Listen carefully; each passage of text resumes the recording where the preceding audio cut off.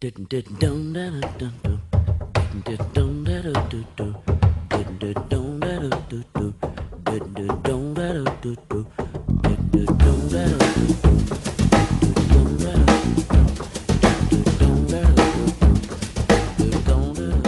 this lesson, we're going to learn a new note value, the dotted quarter note. Remember that a dot placed behind a note increases its value by half. If I have a half note, it receives 2 counts. A dot placed behind a half note would increase its value to 3 because 2 plus 1 equals 3. Same thing works for a quarter note.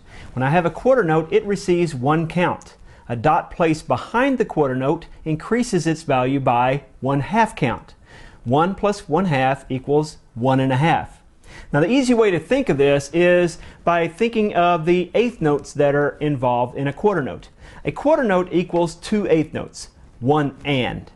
Therefore, a dotted quarter note would equal 3 eighth notes, 1 and 2. Since it's 1 1/2 counts, I'm left with the upbeat of 2. What you're going to see in key exercise in the first measure is a quarter note on 1, a eighth rest on 2, followed by an eighth note on the and of 2. 1 and 2 and. The next measure is simply 2 quarter notes, 1, 2. The dotted quarter note in the third measure is played exactly like the first measure, at least for a drummer. Dotted quarter note and.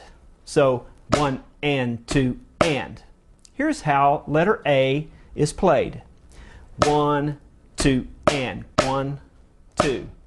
1 and 2 and 1, 2.